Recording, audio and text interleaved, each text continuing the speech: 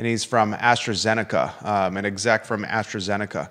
A lot I want to break down for a 350,000 square foot facility, a $350 million investment, including $100 million from Paul Manning with this facility. We'll break that down today, guys, on the I Love CVille show.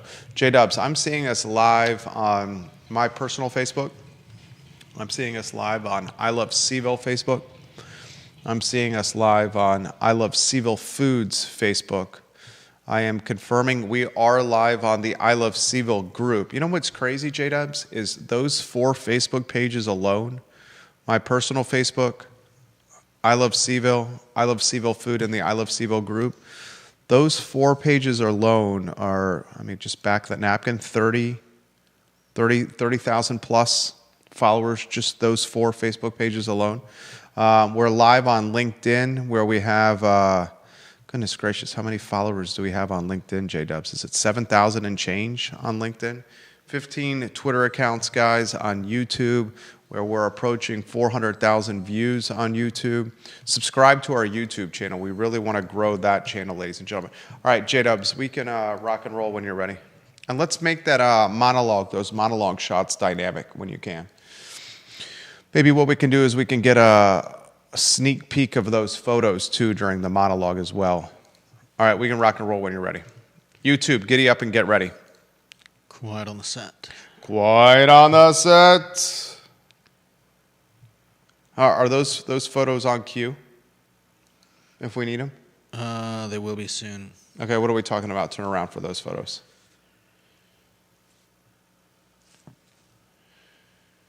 Guys, welcome to the I Love CVille show. My name is Jerry Miller. It's a Monday afternoon in downtown Charlottesville, and clearly spring has sprung. It's gorgeous and glorious outside, and I'm very much looking forward to a start of a week with you, the viewer and listener, on a show today on a Monday that is loaded with content. We're going to talk the Manning Biotech Institute. The exact name of this facility is UVA Manning Institute of Biotechnology. We have some more details that we're going to release to you.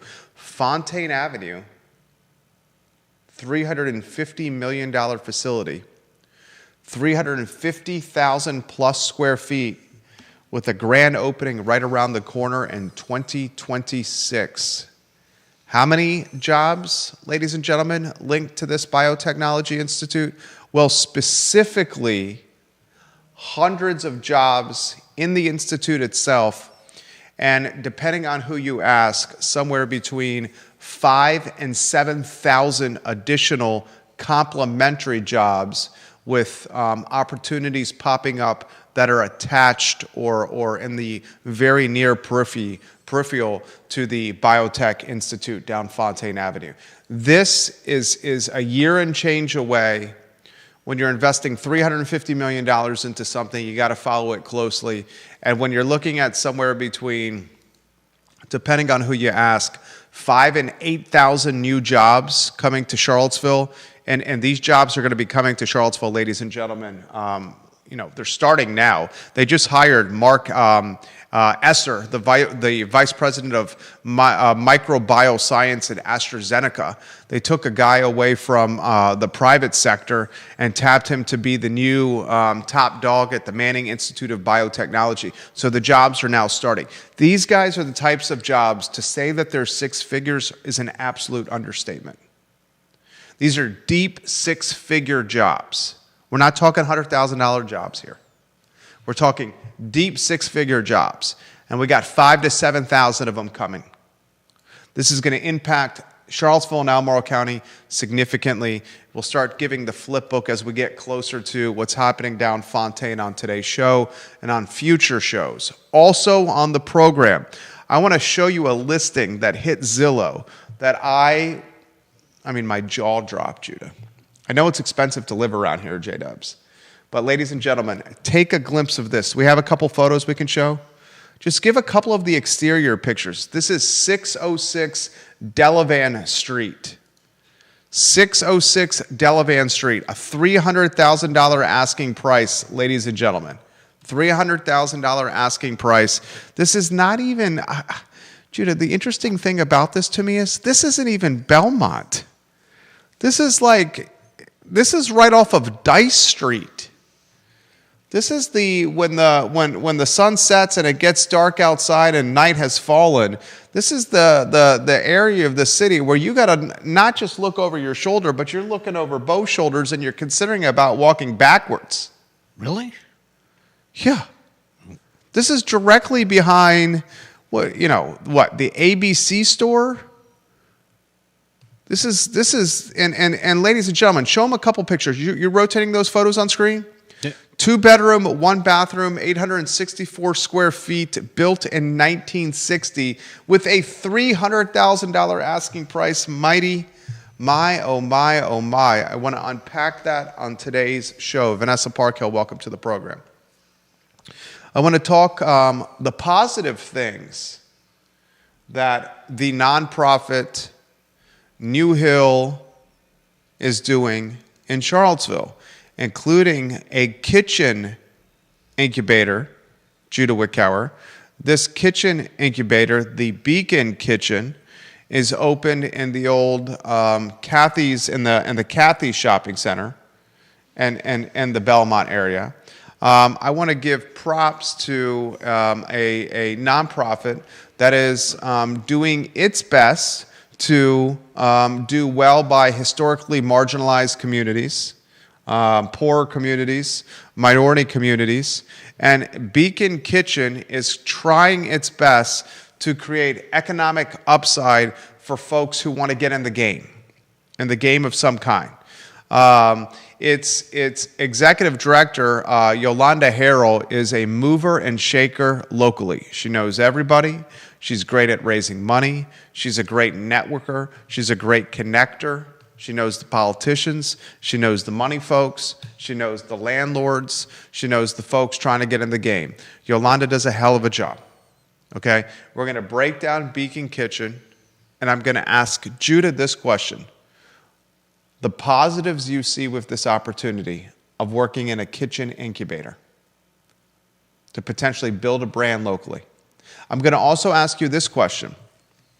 In 2025, with the headwinds facing food and beverage, is a kitchen incubator and matriculating through a kitchen incubator the right move for your hard-earned dollars, especially those dollars that are few and far between? Then I'm going to ask the question, which other incubators should be launched or nurtured to help aspiring business owners locally? For example, should there be an incubator tied to social media influencing, Judah? Should there be an incubator tied to locally owned brands that want to launch e-commerce stores and don't understand how to do that? Should there be an incubator associated or tied to other aspects of business or line of work that are not being thought of? A kitchen incubator is a good idea, but it's been done in the past. What is not being done? I have some ideas that I want to talk about today on the I Love CVille show. We're also going to talk on today's program, guys, how do you fix UVA health? I've gotten so much feedback from employees within the UVA health system. So much feedback from nurses, from admins, from assistants, from physicians, from a surgeon on Saturday. Literally feedback from a surgeon on Saturday that's been touched and is watching the show. Feedback from front office and top of the totem pole personnel. And the consistent message I'm hearing from folks that are watching and listening to the program tied to UVA health is, Jerry, the morale is bad. And we're doing dynamic shots on the one shot, right? Yes. Fantastic. Let's make sure we're doing that on the one shot each day. Morale is not good. There is now serious talk that pay freezes are going to happen at health. Remember, those freezes are already happening on the academic side and outside of the health system. The health system is the revenue generator for the University of Virginia. That's got a yearly budget of $5.8 billion. Now that conversation has entered the picture within the health system. Remember, the last time there was this type of financial vulnerability and concern was COVID and the pandemic.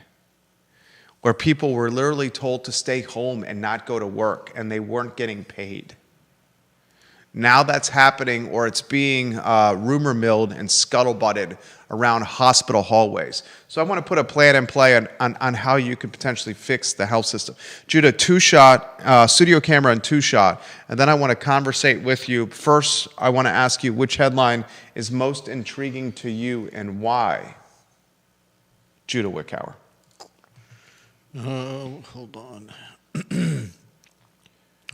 Let's see. I would say that this tiny little shack of a house with an asking price of $300K is pretty intriguing. What intrigues you about it? The audacity. Is it audacity? Maybe not. Why the word audacity? Because you've seen the pictures and it's nuts. Unless I'm completely off base. Property sold in March of 2025. A Georgia-based company, Goodbye Real Estate, purchased the property for $150,000. The 2025 assessment north of $300K. For the property as it looks now. Yeah. That is the actual assessment? That's right. Wow. Well, I guess I'm off base. That's why I'm wondering if audacity is the right word. How much are? I mean, am I just nuts? Like, I mean, you obviously didn't add this to our rundown because it's a fine and beautiful, spot to take a vacation. I saw the same photos you did, but I did a little bit of research. I went to the Charlottesville GIS. Anyone can do it. You go to the Charlottesville GIS. You just type in Charlottesville GIS. You type in the address. You can see that the assessment's $305,700. You can see the ownership history. Purchased in March of 2025 by Goodbye Real Estate LLC for $150K. I then copied and pasted Goodbye Real Estate LLC into my search bar and just hit search. And then I found that Goodbye Real Estate LLC, some of the ties it has, including the locality it's from. I see it's an out-of-market LLC. And then I want to unpack this opportunity. I'm curious of this. Why did this out-of-market LLC purchase it in March of this year? And maybe you rotate some of these photos on screen. Why did this LLC buy it in literally less than a month ago, right? And is now looking to sell it for 2x what it purchased? Is it just because they knew they got a steal from the previous owners, James and Irene Burton?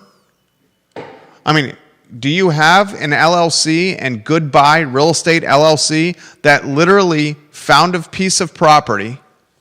We're talking a seventh of an acre here. They went into the CVille neighborhood. They bought something, according to the GIS, from James and Irene Burton. James, the Burton family has owned this property since 1983. In 1983, you're rotating these photos?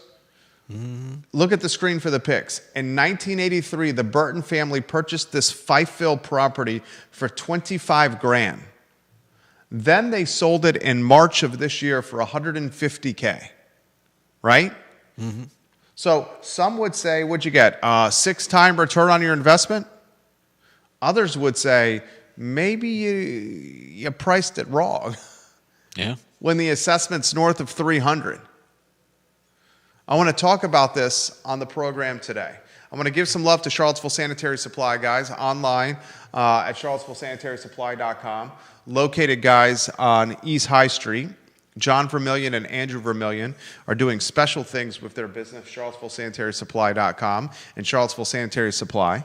John Vermillion, the Chamber of Commerce Small Business Person of the Year a few years ago, and just an all-around great guy.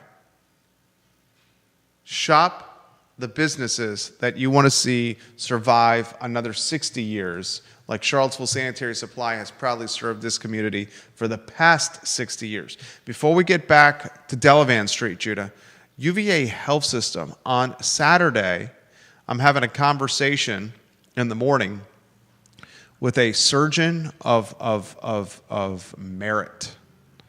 I'm talking a cosmopolitan surgeon, a man who is as educated as any surgeon I have ever heard of. He had his druthers of where to work, his pick of where to work, and we're sitting down on two benches across from each other. And we're having a conversation about some of the coverage and content we've been discussing on the show. He's a fan of the show. And then I asked him, so what's going on with the health system? And he said, the morale is as bad as any morale that I've ever been around, any health system I've ever been around. It's not surprising. He said, and let's get lower thirds on screen. He said that folks are not just fearful of their job, but they see that the pay is going to be frozen, raises are going to be off the table, and people are going to be expected to do more with less. And he was very clear with me that he's aware that trust in the community has been eroded to the point where folks are hesitant to say that they are working for the health system. His words, literally almost verbatim. He's indicated, of course, the report should be released. That's the first part of healing, is the mea culpa, saying this was what was done wrong. He read the story in the Daily Progress where the newspaper was highlighting our interview with Bert Ellis, the fired Board of Visitors member, who said this investigative report done by a third-party law firm about alleged fraud and alleged white-collar racketeering was absolutely damning. Bert Ellis's words, also quoted in the newspaper, and it's made its way to other Lee Enterprises outlets. That story done where Jim Ryan apologizes and Bert Ellis is quoted from the show we did was syndicated amongst all the Lee Enterprises newspapers. So it made a Mid-Atlantic and Commonwealth-wide penetration, coverage. And I said to him, so what needs to be done for the health system to move forward and to heal? And he said, I don't know. That's a conversation we're all talking about. He said, I'm just a surgeon. So I got to thinking from Saturday to today, and I thought it could make a good topic. What would you do if you're the Board of Visitors and you're the C-suite at UVA Health to heal a broken brand, a shattered brand, a stigmatized and scarlet-lettered brand? I want to have that conversation today. I think the first step, Judah, is the communication, the frankness, and the opening of the books. We were wrong. We're sorry. We need to build trust with you again. This is what the report said. Yes, it's damning. This is why the CEO resigned at an after-hours Board of Visitors meeting. This is what we did incorrectly. Jim Ryan issued last week his first apology as president of the University of Virginia.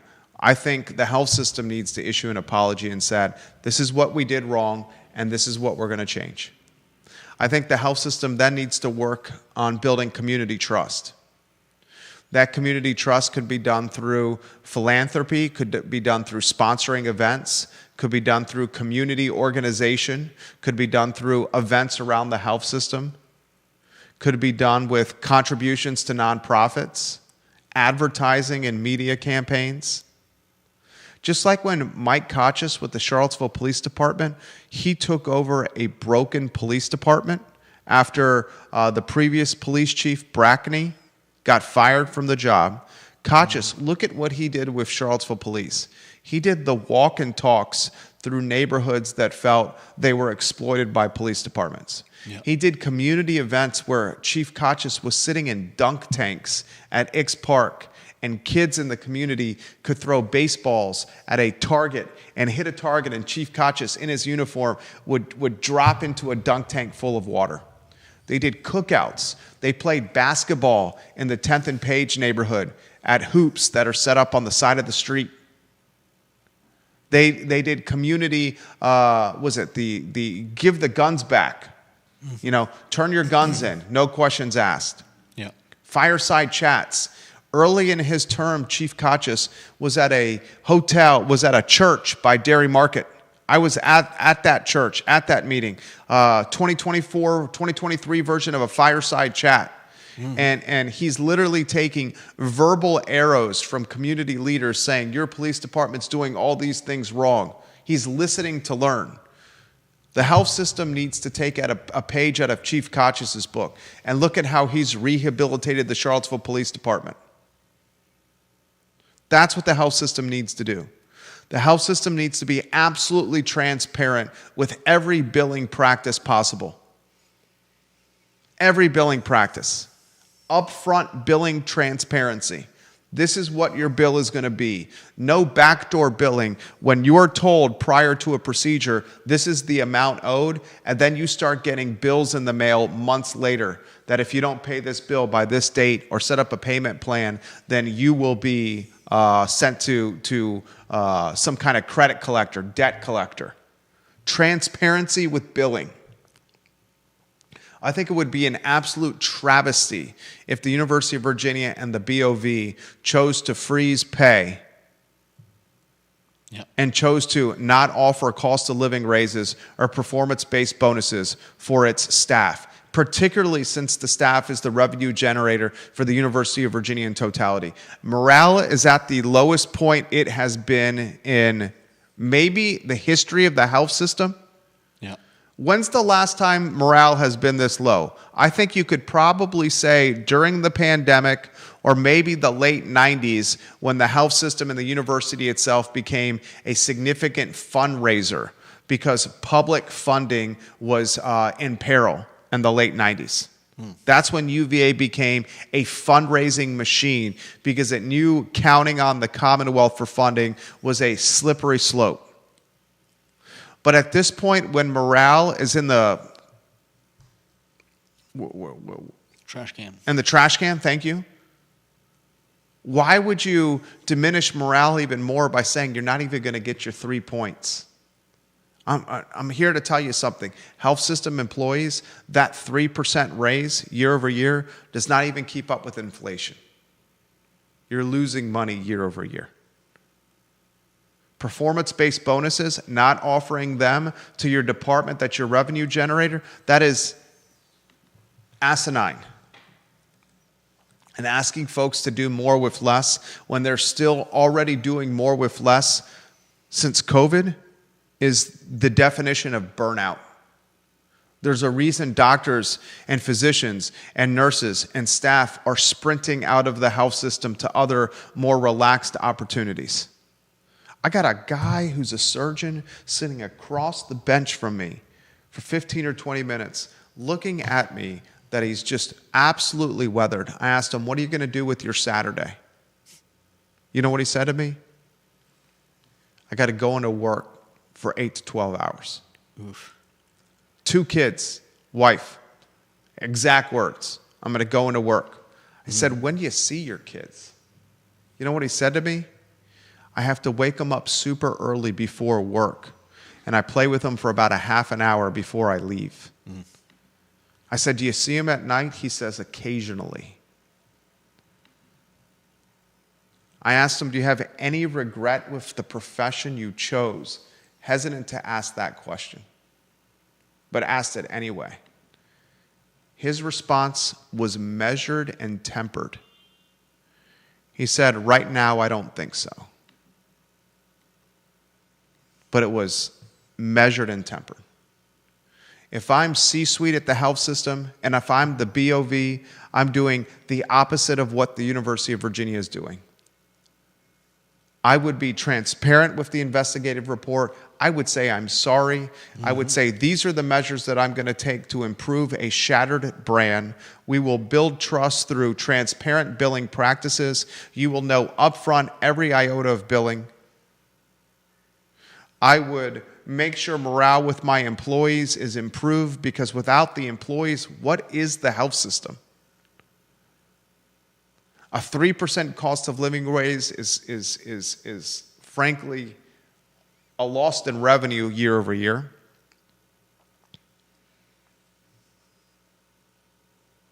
And I don't think this is even Jim Ryan's charge to lead.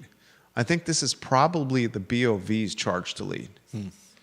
And the last thing that I would add to this, if you're tied to the health system in any capacity and you want to go on the offense in the media attacking your staffers on what they say is something wrong with the system, you should think twice before doing it again. Because your leader, Jim Ryan, has already had to apologize for that. And if you're a previous board member or a retired leader, you have to realize that you are now distant enough from the health system that your perspective is not in the trenches anymore, so it should probably be kept quiet. All you're doing is adding gas to a fire that is raging. Yeah. Listen to learn. That's the Saturday morning conversation I had with a surgeon who is at the top of his field, where I looked at him and I could tell that he had thought not once, not twice, but multiple times about the employer and the position that he was currently in. Yeah. And that is sad, because these are the people that have our actual heartbeat and our lives in their hands when doing the work. Mm-hmm. Anything you want to add to before we get to the next topic? Logan Wells Clylo, thank you for watching the program. Lord and Ivy, thank you for watching the show. A number of physicians watching the program right now. Judah Wickhauer. Yeah, I would release the report. I would, like you said, apologize, and I would tell staff that we're going to take Craig Kent's last raise and put that towards ameliorating the no raises for living wages for people, and we're going to find a way to cover the rest. Craig Kent's last raise about $500,000. I'm not sure how far the $500,000 goes, but it is a gesture of good faith, the point you're making there. Yeah. A gesture of good faith. Interestingly, the surgeon made this point. They got $14 billion in endowment. Are they not going to use any of that to help us out? I mean, this is literally a surgeon saying this.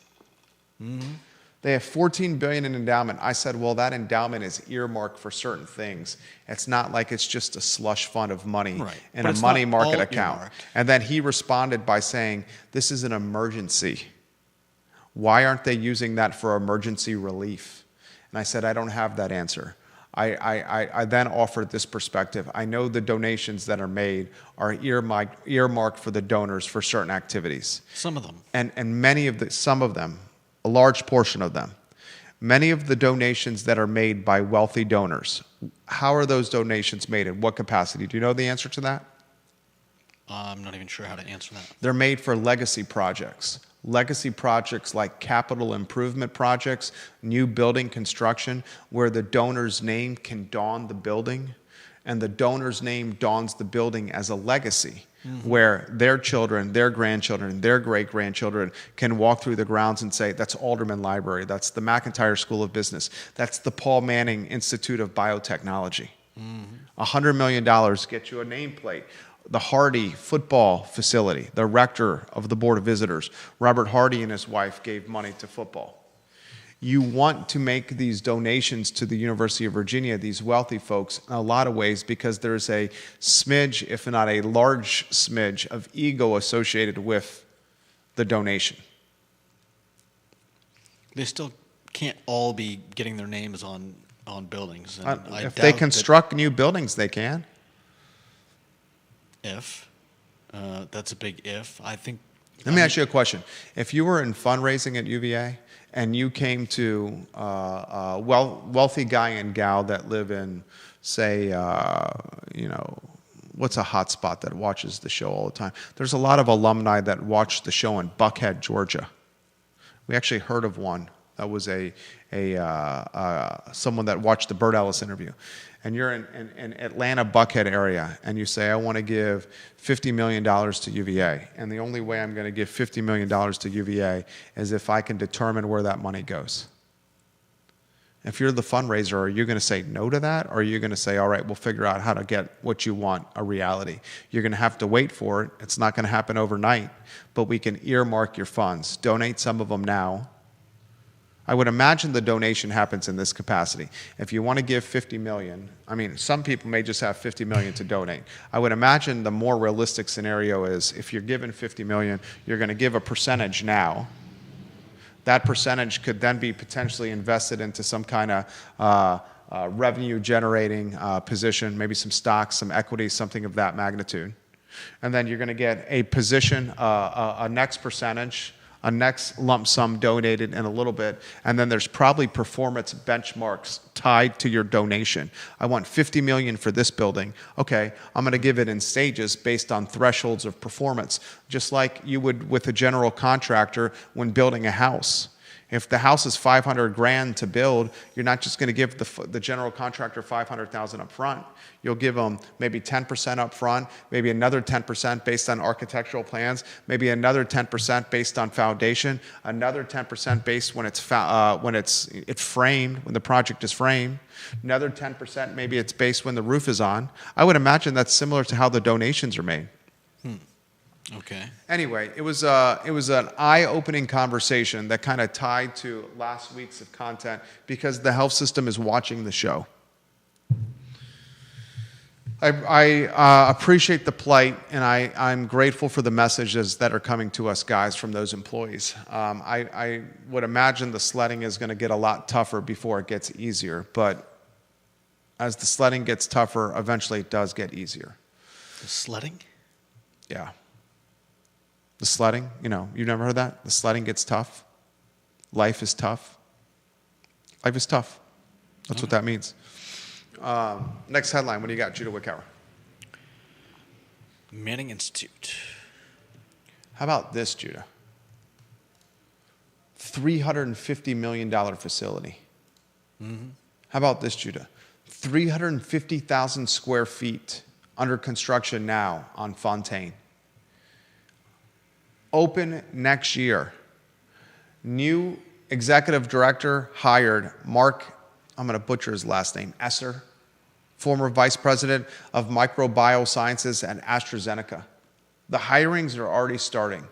Yeah. I've spoken to folks tied to the University of Virginia that have said this is somewhere between 5,000 and 8,000 new jobs. I said, that's a massive delta, 5,000 to 8,000 jobs. Is it closer to 5 or is it closer to 8? One guy that's very much in the know, I'm not going to utilize his name, says, I bet it's 8 and it'll eventually surpass 8. Wow. And I said, what kind of profile for these jobs are we looking at? And he said, to say it's a 6-figure job on your show would be an understatement and unfair of what's coming. These are jobs that are going to be as good a paid jobs as you're going to find in the community, save for certain positions in high-level finance. Wow. And I said, out of curiosity, what is your expectation of what 5,000 to 8,000 people that are making $250,000 and up per year, $300,000, $400,000, $500,000 and up per year, where are these folks, just out of curiosity, going to live? And where do they come from? His response, well, this guy's coming from a publicly traded company, AstraZeneca. Yeah. Literally, AstraZeneca was one of the companies during COVID that came up with the COVID vaccine. And he expects 5,000 plus people to all be making 5,000 to 8,000 people, mainly indirectly tied to the Biotech Institute. You're going to have hundreds of scientists working within the institute, and then the idea is that you're going to have thousands tied to the Biotechnology Institute and its ecosystem. And I asked the guy, and this is a guy that's way smarter than me. I said, where are 5,000 to 8,000 people with this kind of money going to live in Charlottesville? And he goes, Jerry, therein lies the rub. And that's what you should be talking about on your show.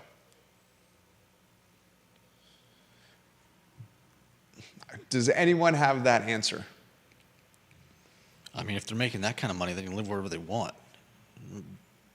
And the pressure, how does the pressure play out if they live wherever they want? How does the pressure play out? How does it play out if they can live wherever they want in Charlottesville and Albemarle County? They come in and toss money around until they've all got houses. They're going to live wherever they want. It's going to be in Charlottesville or Almaro and the Ivy side. The Ivy side in particular is very close to Fontaine. They're going to then put downward pressure on folks on the economic ladder. That downward pressure on the economic ladder, the folks that were otherwise living in Charlottesville or the Ivy side or the Crozet side, some of those folks are going to get priced out. Those folks are then going to get priced out to other communities like, say, 29 North, Forest Lakes, Hollymead, other portions of Crozet, 5th Street Extended, Avon Extended, Belmont, North Downtown. Then the folks that were otherwise going to those neighborhoods are going to get priced out because they're getting pressure from the folks that can't afford to live in the Ivy area or the certain Tony portions of Charlottesville. And it's going to create this ripple and domino effect that no one is talking about besides this show. And we are literally first visible job created from it right now. The head of the institute hired, that was formerly a vice president for microbiosciences at AstraZeneca. What would a guy that's a vice president of a publicly traded company, vice president of microbiosciences at AstraZeneca make? I mean, could we even find that on a quick Google search? Salary? Doing that right now? A vice president of microbiosciences at AstraZeneca in the United States typically earns somewhere between $271,000 and $433,000 per year with an average of $342K. First Google search that showed up. Let's just use that price range. Then Glassdoor is saying the vice president at AstraZeneca earned somewhere between $418K and $700K. So you got a price range there. Let's just call it the person was earning $400,000 working for AstraZeneca. And I bet you that compensation is way light. $400,000, and this is just fact, okay? $400,000 is not what $400,000 used to be. And that's just fact. You got basic numbers, okay? Let's just use basic numbers. You got a 10K mortgage a month. You got 2 kids in private schools. Let's call that $60K all in with the 2 kids in private schools, everything all in. $60K divided by 12, you're at $5K a month. That's $15,000 with your mortgage at 10. Your private school tuition at 5, that's $15K. What's a grocery bill for a family of 4 now? $300 a week? $350 a week? Let's say it's $350 a week. There's $1,400. So right now you're at $16,400. What's the gas bill for a family of 4 now? Depends how many of them are driving. $250 a week? Let's call that $1,000. Right? You're at $17,400. You got to have clothes. You got to have amenities, things to do. Probably belonging to some kind of club. What are you looking at? Another $4,000 a month? Let's say overhead expenses on that family of 4 right now. What are you at? $21,000, $22,000 a month? Wow. That's without any kind of tax rip coming out. That's top line times 12. That's $264K. My point is the 400 is not what it used to be. This dude's probably clocking 500 or more. The impact of what is being discussed here is the impact of what's coming is not being discussed. I'll share a link where very discreetly the University of Virginia even highlights on a UVA PR website that 5,000 to 8,000 people, new jobs are going to be created to this. They very discreetly, let me see if I can find this. News, UVA Biotech Institute new jobs. Very discreetly at the ribbon cutting or the shovel where the Governor Youngkin came here and cracked dirt with the shovel in the ground with some of these very heavy hitters and rectors, very heavy hitters and BOV folks. They issued a press release from this, and in that press release they said somewhere between 5,000 and 8,000 new jobs. I think I just found it. I shared this with Lloyd Snook, and Lloyd Snook was surprised it was this many in a social media Facebook interaction. Literally took a screenshot of the story. This is something that is so flying under the radar here in Charlottesville that we are not highlighting the impact to the magnitude of what's coming. The first hire officially made public, the top dog of the Institute, taken from a publicly traded company. Any thoughts you want to add to that, J-Dubs? I mean, that is an insane number. That's as many people are working, that's nearly as many people as are working at UVA Health. Crazy. Well, the difference is these folks are not going to be working directly in the Institute. These are jobs associated to the Institute. The number that you talk about directly working at UVA Health are employees of UVA. These aren't going to be employees of the Institute. It'll be peripheral jobs. Companies tied and associated with the Biotechnology Institute. Do you understand? Okay. So that's not an apples to apples comparison because they're not going to be directly employed by UVA. So who is going to be employed by the Biotech Institute? The scientists. Just science. Okay. Yep, and that's in today's Daily Progress. If you read the article on the hiring, it says hundreds of scientists tied to this institute, and then a boatload of others not working directly for it. The Institute, this is exactly from the article, the Institute is expected to hire hundreds of scientists and attract even more to the Charlottesville area for complementary work. That even more in a UVA press release was pegged somewhere between 5,000 and 8,000. It's pretty amazing. Mind-boggling. That's why we said the sectors of work that we were bullish on last week, biotechnology. Now, do you want to get to the headline that you found most intriguing, the real estate? Sure. You set the stage for that one. What tickles your fancy about this one? I mean, just look at the pictures. I'm not sure what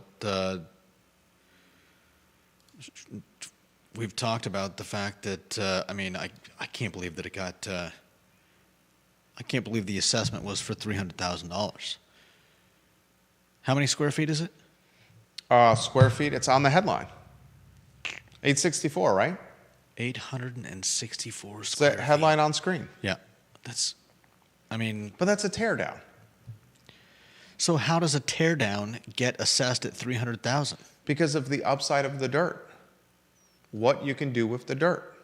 But is 1/7 of an acre now worth $300,000 in Charlottesville? I mean, is that what we're saying? Am I the only one that? Am I just an idiot?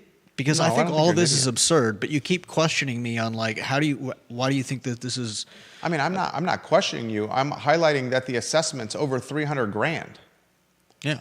And you're the one that would know if that's absurd or not. And you're not saying it's absurd, so I think there must be something wrong with my thinking. The reason I'm not saying it's absurd is because this assessment is done on market value by independent appraisers that are working on behalf of the city. Mm-hmm. So I think one of two things happened. I think this company, this LLC, this out-of-market LLC, pretty much pulled a fast one on OG Charlottesville couple, some old-timers from Charlottesville that owned some broken-down house in Charlottesville for a long period of time. And if you look at the Charlottesville GIS, they've owned, and we should rotate the photos on screen for the viewers and listeners that are watching. They've owned this house, the Burton family, since 1983 when they paid $25K for it. Mm-hmm. They sold it for $150 in March, and then this person goes around and turns it and asks $300 for it. Yeah, a month later. Do we think that they're going to get $300? I don't. I can't imagine. But ladies and gentlemen, this is absolutely shocking to me. The very curious thing that this is what I want to see is this crossroads, okay? I want to see the crossroads of what happens to dirt and real estate and housing opportunity at the same crossroads where these new jobs come from the research park and the data science school. What is that going to do? Yeah. What is that going to do to values? What is that going to do to opportunity? What's that going to do to people getting pinched? I mean, that should be a pretty simple question for someone like you or Keith, right? Like if you add 5,000 people to our housing market who all have enough money to essentially pay cash for wherever they want, what does that do? Does that destroy our housing market? Does that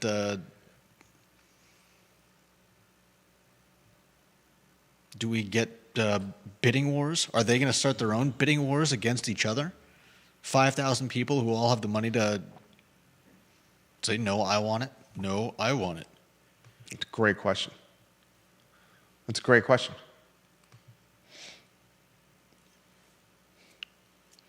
When will the Institute open? I said that, 2026. Yeah. They just made their top dog hire. Yeah, I know. They're not, once the top dog hire is, now the other hires start. And we already know, because we're talking with the people, that the secondary businesses, that ecosystem right outside the scientists, the peripheral businesses, they're opening now. And our friends that own the real estate, commercial and residential around Fontaine, like there's one guy I know that I'm not going to mention his name, is just picking up as much real estate as he can as possible around Fontaine. Yeah. Buying individual units. And he's been doing that for 24 months. He's probably the smartest guy in Charlottesville. I think there's a lot of people like that. Well, $305,700 assessment for a teardown. It's nuts. And the assessment is, since 2022 was 215, 2023 was 269, 2024 is 286, and 2025 was 305. And then you look at some of the other properties on Delvin. That's the cool thing about the GIS. I'm going to just look at Delvin Street. I'm going to search. I'm going to type in Delvin Street into the street name. Let's look at some of the other assessments. So Delvin Street on the GIS, there's 613 Delvin, 594 Delvin, 600 Delvin, 606 Delvin, and 702. 2 of the 5 are owned by LLCs. Let's see when Launchpad LLC purchased 702 Delvin Street. Launchpads LLC bought it in 2022. That one's assessed at $372,000. Let's see what 613, then there's 3 owned by families or individuals. I bet you these are actual folks that live there. Let's go with, well, there's Philip Banks and Brenda Nelson. Let's check this one out. Yeah, these folks bought this in 2023.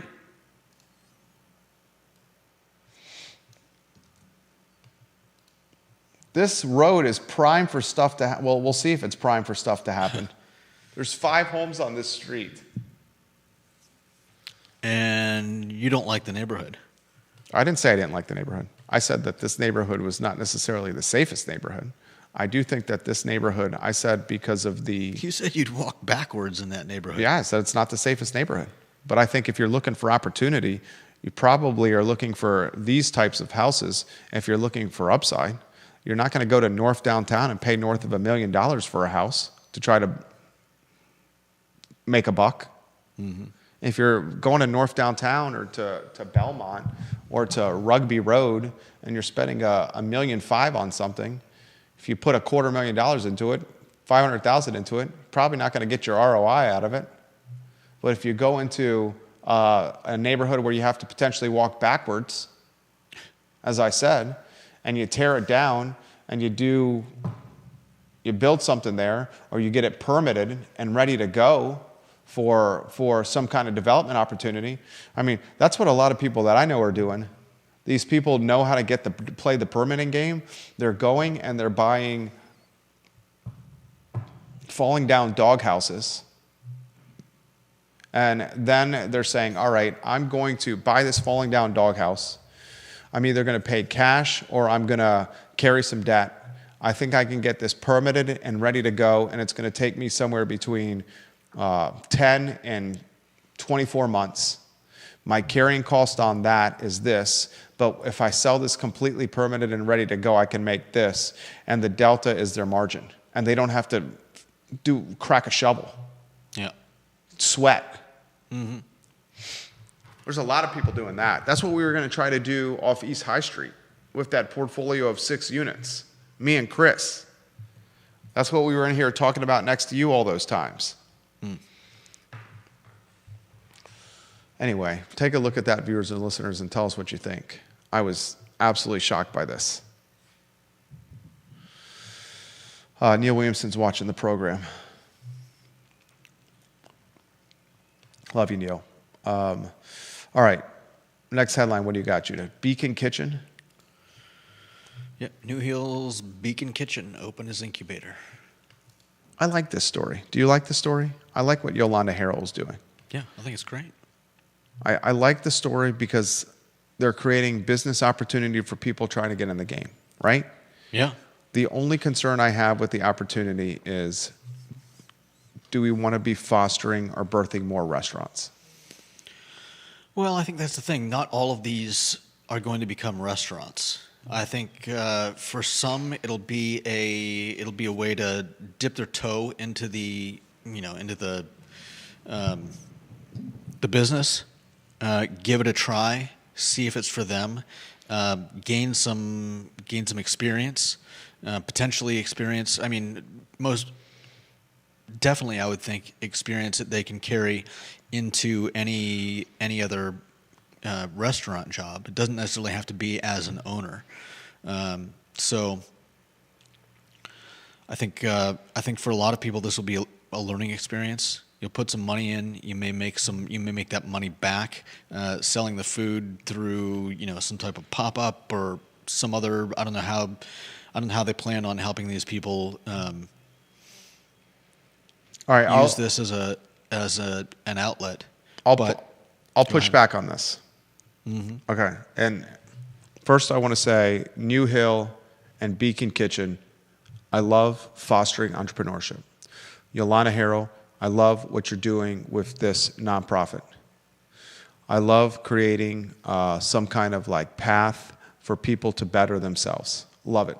Mm-hmm. Anyone that can go and gain some experience or get the playbook for business success in an incubator setting, love the idea.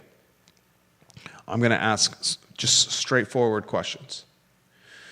Do you want to create the concept of New Hill, okay, is to figure out how to empower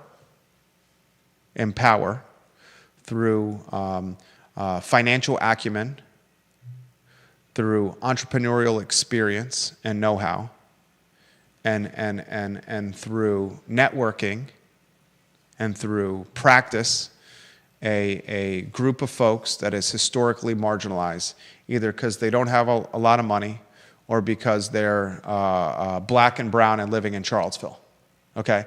New Hill is looking to help folks that are facing challenges socially and economically.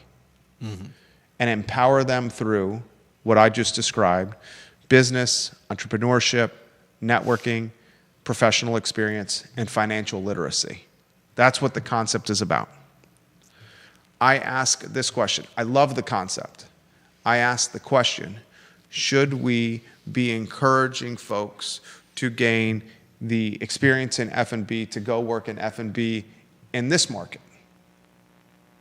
If you gain the experience to work in F&B and then you go work in F&B, you're going to be paid only X amount of money. That's a question I want to ask. Got a phone call I got coming in that I got to take too. All right. This looks like a 911 phone call on a deal that I'm trying to put to bed. I want to table this conversation for tomorrow. Should we be creating an incubator for the restaurant and food and beverage industry? Or should that same playbook, that infrastructure, be used for other lines of work that have more upside? And then we'll also talk tomorrow about the incubator space and what other incubators can be used to create this same playbook, but for other lines of work. Like, I'm just not sure that the food and beverage and the restaurant space is where you want to be driving more personnel to work within. That's the point I'm trying to make.